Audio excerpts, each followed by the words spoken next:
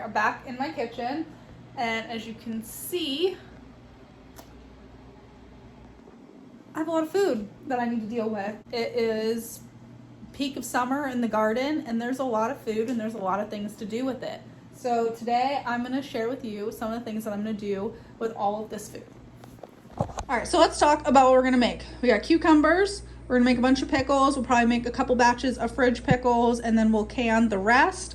We got some zucchini that we're going to shred and portion off in about 2 cup sizes for the freezer to use them for zucchini bread later down the road. I have some more green beans that we're going to harvest, and then we'll can those. We have the peaches. Those are local peaches I got at like a roadside stand. It's half bushel. It was a half bushel. The kids have eaten a fair amount. We got the blueberries from blueberry picking the other day. So we're going to make blueberry peach jam, and we're going to make peach habanero jam. And then first things first, we're going to make blueberry muffins for the kids. So one thing I have learned when I spend all day in the kitchen doing a bunch of food preservation is make something to eat for everyone else. Like, make some snacks, because otherwise people are like, Mom, I'm hungry. I'm hungry. I wanna get out of me. So I've learned first thing I do is I make some kind of snack for everyone to eat all day long. Also, make more than one batch. I typically make 3 batches of any type of muffin that I make. How is it? It's good. It was good in muffin I ever had my wife. Alright, muffins are done. Now let's chop the garlic, chop the onions, and chop the cucumbers so we can make some pickles. The first thing we're going to do for the pickles is I'm going to replenish my fridge pickles. So I am a little bit of a cheater, and I like to reuse the brine that I have already made for my fridge pickles. So this will be the 3rd time that I'll refill it, and then it'll probably be the last time I refill it. But we do go through them very quickly, so it makes sense for me to kind of reuse it and to conserve that and to not waste it, because, you know, it takes a lot of brine to make pickles. Alright, so we're going to move on to the cucumbers and get some pickles made. The first thing I'm going to do is restock my fridge pickles. So you can make a brine to make fridge pickles. They need to be refrigerated. They're not canned, and they're not technically shelf stable, but they will last in your refrigerator for several months. Alright, we're going to move on to the pickles. The first thing I'm going to do is restock my fridge pickle brine. I'm going to reuse it. This will be the 3rd time that I have reused it. We mow through pickles pretty quickly in this house, and I don't really like to waste the brine. It's going to last for a while, and it's pretty good at pickling things continuously. So, like, why throw it out?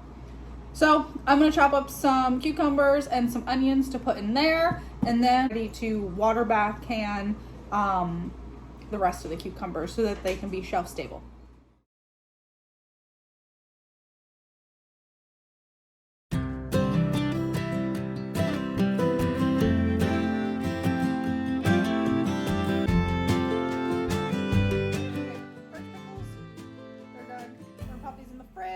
They are ready to eat pretty much like tomorrow. So those will be done, and now we're gonna do the other pickles. Okay, so we have the brine going. I am using white wine vinegar and just water. And I really like this recipe. The recipe I use is pretty much a 1-to-1 ratio of water and vinegar, and then it's 3/4 of a cup of sugar to that. I have 2 batches of brine going because, as you saw, we have a lot of cucumbers, so we're making a lot of pickles.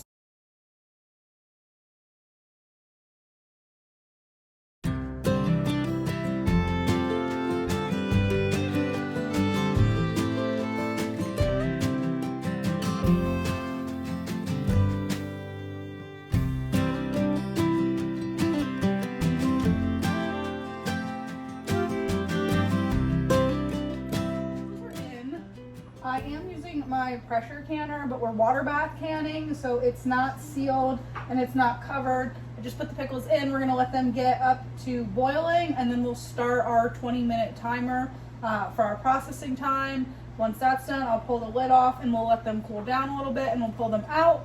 We'll let them sit on the counter for 24 hours. I have more brine left, so I'm probably gonna make another batch of fridge pickles. Okay, so pickles are done. We have 1, 2, 3, 4, 5, 6, 7, 8, 9, 10, and the 2 that I refilled in the fridge. So 12 total jars of pickle. So now we're gonna get the peaches and the blueberries ready for processing and turning that into jelly. These peaches I got at like a local fruit stand. There's a lot of them out right now. Local South Carolina grown peaches. They are, however, very dirty, but I got a great price on them. It's about a half a bushel and I paid $35 for it. One of the local health food stores, they were charging over $50 for half a bushel. So check out your roadside fruit stands because you'll get a deal. Look, I'm actually kind of happy. They almost look like they have like a little bit of past damage on them, but that kind of makes me feel like they haven't been sprayed. When it comes to peeling these peaches, I'm going to cut an X on the bottom of them. I'm going to drop them in my steamer. You can blanch them. I just like using my steamer because I can pull the whole thing out, pull them all out at one time. I'm really looking forward to being able to save these and enjoy these once all the fresh peaches have left. I am very privy to have available to me local peach options and some other berries. Like if you saw our Instagram post a couple days ago, we just went blueberry picking. Those are the blueberries we're going to use. We went strawberry picking back in May and I canned a ton of strawberry jam. I really enjoy being able to go out, source local fruit, pick it myself, take my kids with me, let them harvest, let them really see where food comes from. You know, if you buy a fair amount of it in season, you can typically get it for pretty cheap. And most of the local people around here really don't spray too much. They might not be certified organic, but most of the places try not to spray unless it's like, you know, something really necessary. Paying for an organic certification is expensive. A lot of farms don't have it. I just want to encourage you to try to think about eating seasonally and buying seasonally, and then maybe using some preservation techniques at home to be able to continue to eat that stuff, because the footprint that you're gonna make in the world is going to be much less than if you're, you know, going to the store and buying peach jam in December. And you can do things like this even if you're totally new to it, because this is my first year really doing anything like this. I've kind of dabbled around with it a little bit, but really like growing my own food and trying to save it, and then like consciously trying to go out and buy local seasonal items and buy them in bulk and then take them home, process them, and do different things to preserve them for my family going forward. And then that way I don't have to worry about trying to buy it from the grocery store. You know, life is kind of weird right now, and the less food that you have to buy from the grocery store, in my opinion, the better off you are. All right, I'm gonna pull these out and I'm gonna pop them into a pot in the sink real quick. Next batch.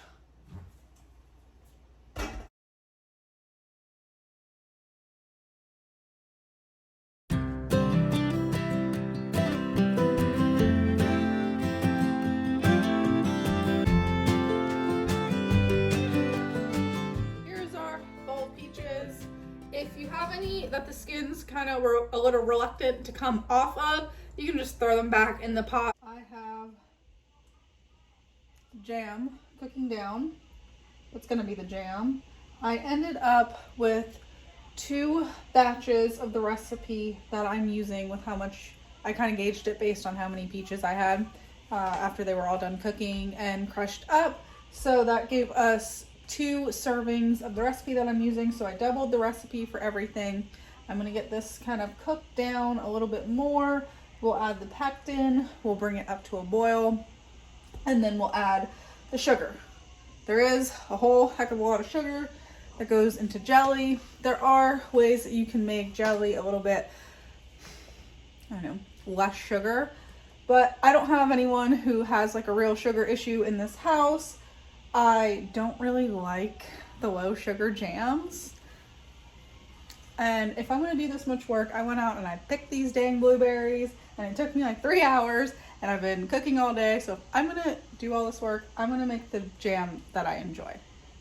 However, if you are someone who is concerned about adding a ridiculous amount of sugar into your jam, it's understandable. Molly has a really awesome recipe that she is going to share with you when she makes her jam.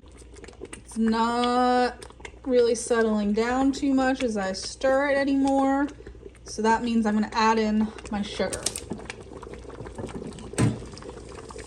Whew. It is a lot of sugar. All right, so the sugar is mixed in. Now I need to get it back up to that hard, rapid boil while it's stirring. And at that point, we're going to start a 1-minute clock. And then we'll be ready to get it into jars.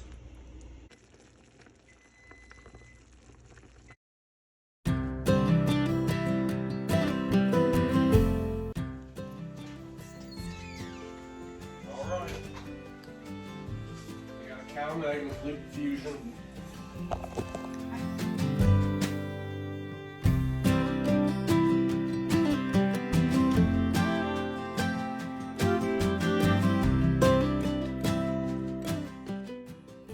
Okay, so the jam is on the stove in the canner. While that's going on, I have some extra zucchini that I have peeled and cut, and I'm running through the food processor with the cheese grater like setting.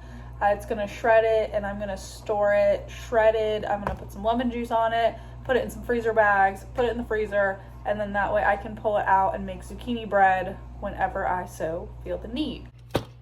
I like to lay mine nice and flat so they store easily in the freezer. Once they're frozen, I can stand them upright and it'll take up a lot less space. And then, whenever needed, I can take this out and I have enough for a serving of zucchini bread. Thank you guys for hanging out with me while I practice and learn this new skill. I'm really happy to put the food up on the shelf that I grew or the food that I bought locally. It makes me feel good. If it's something that you want to do, if it's something you're thinking about doing, I do encourage you to do it. It's really not that hard. It takes me a long time. It's late, but I did, I started this late. I have 2 kiddos running around and I tried to record it. So that really extends it. It's a simple process. It does take a little bit of time, but it's definitely really worth it. And if you are canning and you've been canning for a while, please give us all your tips and tricks. We'd love to hear them. If you're new to canning, let us know too. We want to hear that as well. And until next time, I thank y'all for hanging out with me today. Bye-bye.